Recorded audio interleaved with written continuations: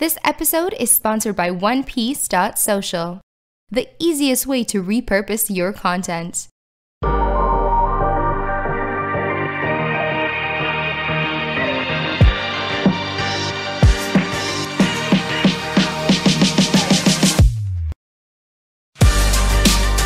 Jamie Stenhouse here, and welcome to episode number 5 of the Jamie Stenhouse Show.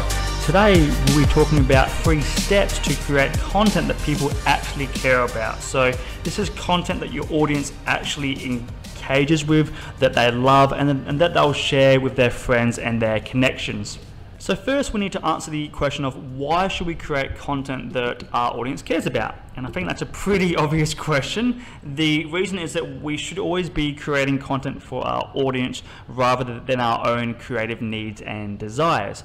And when you look at most entrepreneurs and most personal brands, they get it kind of twisted, whereby they're creating content or creating things or elements or brands or products for their own creative desires and needs. For example, you might have an urge to write a long blog article, or you might have an urge to teach a free online course about a topic that you are interested in.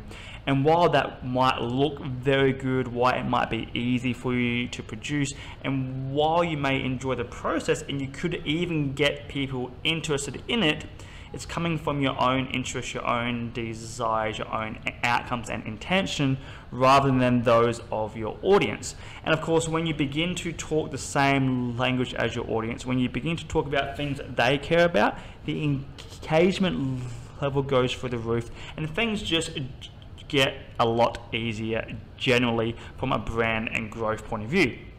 There's an old saying that I've heard in the copywriting industry many years ago, and I think it applies still a lot to content creation and pretty much to every form of sales and marketing there is. And that is that if you can enter the conversation that is happening already inside your prospect's head, then you're going to win every single time.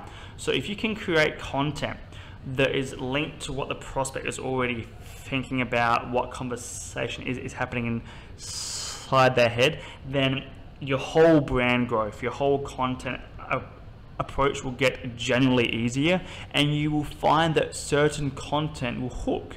And if it does hook, then it's an indication that that is something that the prospect was thinking about, something that they had a problem around, something that they had questions about, or something that they're already having a conversation in their head to themselves about as well. So with that brief introduction squared away, I'll dwell into the 3 action items, or the 3 things to think about in terms of creating content that people actually care about. So I briefly touched on this point just before, and that is that if you want to create content that people care about, then you have to answer problems or questions that they are currently going through. So what are some common questions that you keep being asked as a personal brand? So if you're a coach, a speaker, a author, a trainer, or a consultant, what are some questions that you keep getting asked? It could be from your prospects before they purchase. It could be from your clients or customers after they've purchased. It could be from friends or connections, or questions that you see come up inside groups again and again. What are the common questions that you keep seeing the marketplace refer back to? If you can create content that answers these questions in a very succinct format that has clear intentions and clear action items, then you're going to be one step closer to creating content that people actually care about. So that is to create content that is focused around answering a specific question that you see come up again and again within the marketplace. And if you have a look at shows like the Ask Gary Vee show by Gary Vaynerchuk, that content platform, that content format is really geared around all questions, right? And that's why people would love to engage with that platform, is because he's directly answering questions from the marketplace. So that's an extreme example of that, and of course that hooks, and that does very, very well. I believe it's in its 350th episode. Don't quote me on that. I think it might have done a little bit more, and it's still going very strong. I believe he's now changed up the format to a more of an audio interactive format with additional people on there. But the point is that it's very interactive, and it's geared around the questions and the problems that people are actually having today. So look at what questions the audience or the marketplace is asking you. Another great approach for creating content that people care about is, of course, share personal stories of yourself going through similar journeys as the listener is going through, and share the lessons you've learned along the way. For example, I am currently 28 years old, which feels very, very old, and I recently watched a vlog episode today from a good friend of mine, Wade Alters. You can check him out on YouTube, and he shared a vlog about things he wish he knew in his 20s. And of course, I think he's around mid-30s now. Hopefully I don't have that wrong, but that content was very much geared towards me and was a topic that I cared about, because he's gone through his 20s, he's now in his 30s, and he's sharing the insights learned about his 20s. And of course, I was very interested in that because I am still in my 20s just. So share stories of your journey that you have gone through, that you know your audience is currently going through, and share the lessons learnt around that as well. That's a great approach to generate content that your audience actually cares about. Another great approach is to create content around trending topics that your customer is currently searching for, in terms of searching on Google or talking to their friends about, or trending topics that they are currently reading about or hearing about. Create content around that so that you could be addressing the topic, you could be providing your true insights on that, you could be providing your perspective on that trending topic. And this is huge all over YouTube. If you have a look at the craze that happened recently, maybe 6 to 8 months ago, of the fidget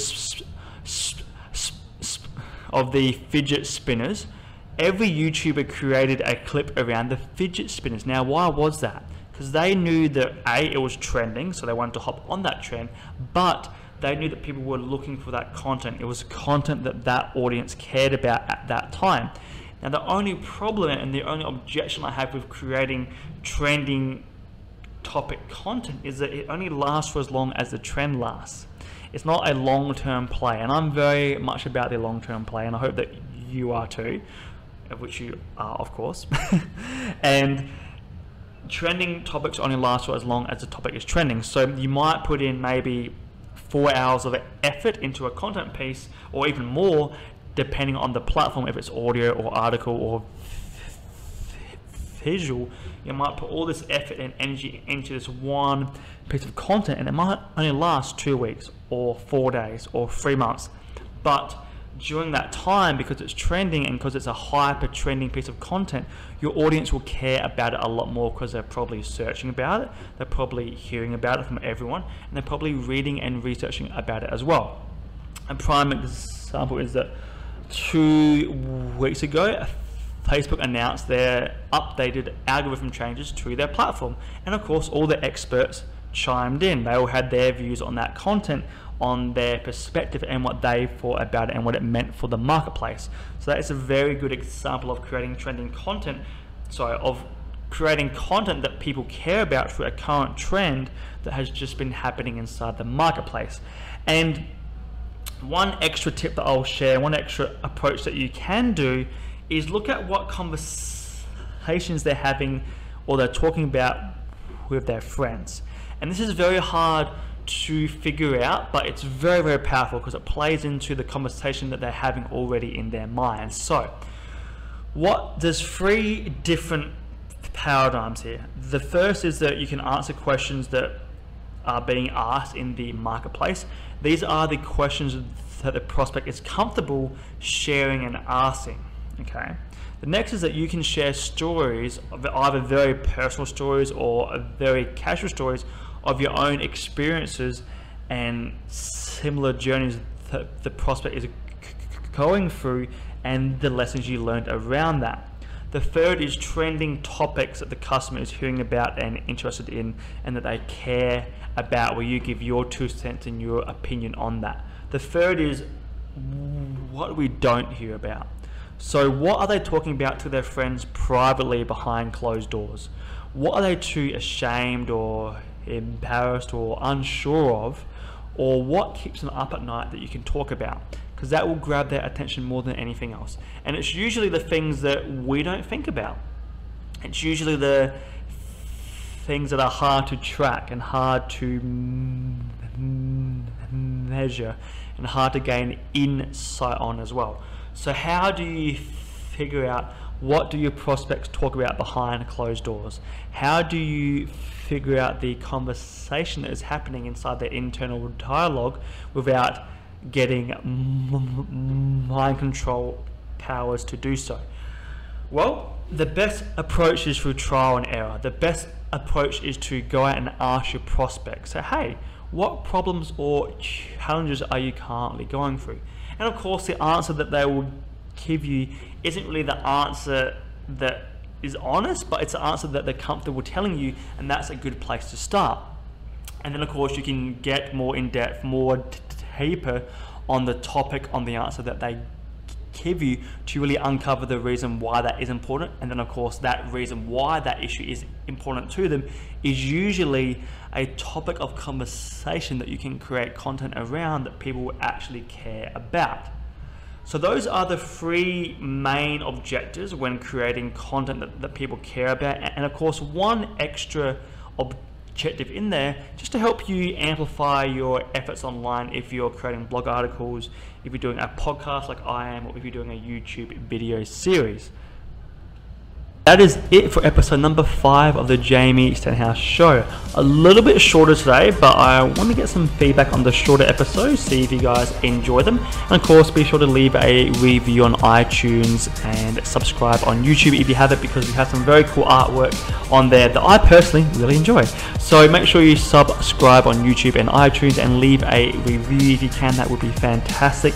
It really helps to get this show out there, and it does mean a lot to me as well. So I'll see you next week for episode 6 of the Jamie Stenhouse Show. Enjoy! OnePiece.social allows entrepreneurs to upload a video and have it automatically repurposed into quote cards, email campaigns, podcasts, and in articles. Get started for free today at www.onepiece.social.